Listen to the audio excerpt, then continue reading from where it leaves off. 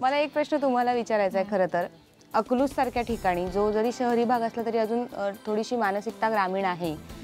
तर लव्ह स्टोरीमध्ये आपली मुलगी काम करते, मग तिला तशा पद्धतीचं काम करावं लागेल. म्हणजे तो बाथरूम सीन असू दे किंवा तिचा शृंगार, ती तयार होऊन जाते आणि मग हातात हात घेणं असू दे. सहजासहजी कोणी पटकन इकडच्या बाजूचे आई वडील तयार होणार नाही त्या गोष्टीसाठी. तुम्ही स्वतः कन्व्हिन्स होता त्या गोष्टीला की नागराजने समजावलं? एकूण मला ती टेंडन्सी किंवा ती प्रोसेस जाणून घ्यायची तुमच्याकडून. म्हणजे ज्यावेळेस त्याने आम्हाला सांगितलं की तुझ्या मुलीचं बाबा सिलेक्शन केलं आहे आम्ही एक हिरोईन म्हणून, मग त्याच्यानंतर आम्हाला एक 8 दिवसांनी लगेच त्याने स्क्रिप्ट ऐकण्यासाठी बोलवलं पुण्याला. मग ते गरजेचंच असतं ना की बाबा फिल्मचे स्क्रिप्ट काय आहे, ह्याच्यात कुठले कुठले सीन आहेत. आणि त्याने स्क्रिप्ट मग पुण्याला गेलो आम्ही आणि स्क्रिप्ट ऐकवण्यापूर्वी तो म्हटलं की ह्याच्यात जे तुम्हाला रॉंग वाटतंय तुम्ही आईवडील म्हणून, तर तुम्ही अवश्य आम्हाला सांगू शकता की माझ्या मुलीला हा सीन नको आहे.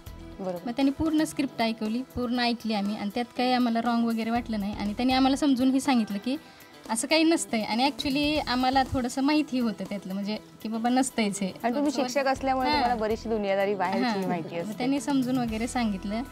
आणि तो बाथरूमचा सीन आहे तो मला वाटतं पिक्चर म्हणजे पूर्ण झाल्यानंतर नंतर ऍड केलेलं. तोपर्यंत तुमची पण भीड चेपली होती सगळ्या गोष्टींची. त्याच्यामुळे काहीच म्हणजे काही नाही वाटलं एवढं. क्या बात आहे. शूटिंगच्या वेळेला दमायची, थकायची, कधी अशी तक्रार करायची की नको आता वाज झालं आपण, कारण सारखे रिटेक्स. तिला जरी किती गंमत वाटत असली तरी मला माहिती आहे की ती प्रोसेस बरीचशी कंटाळवाणी असते बरेचदा. प्रोसिजर तसे कंटाळवाणीच, म्हणजे पाहणाऱ्याला कंटाळवाणी, पण जो कलाकार असतो किंवा काय त्याला ते पूर्ण करायचं असतं. आणि हे म्हणजे एकदम फ्रेश कलाकार आणि त्याला उत्सुकता असते किती काम आहे, म्हणजे किती जरी काम दिलं तर त्याला ते कमीच वाटतं. त्यामुळे ते जरी कंटाळली आणि आता तिथं जाऊन आपल्याला कॅमेरा पुढे उभं राहायचं त्यावेळेस ती एकदम ताजी तावाने अशी व्हायची, काम करायची.